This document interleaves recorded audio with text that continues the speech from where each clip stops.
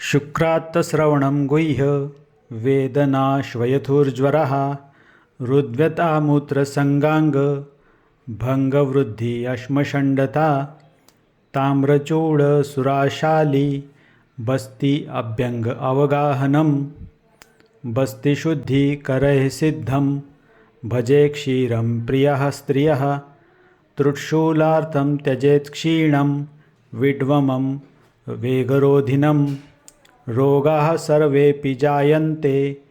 वेगोदीरणधारणैः निर्दिष्टं साधनं तत्र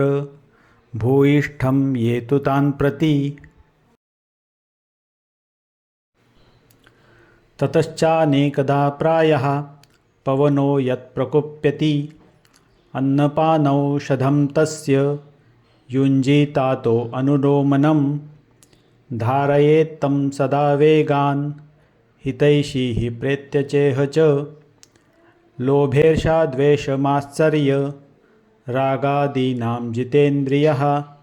यतेत च यथा कालं मलानां शोधनं प्रति अत्यर्थसञ्चितास्ते हि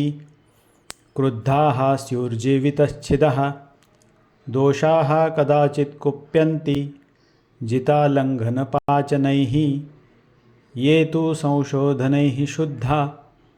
न तेषां पुनरुद्भवः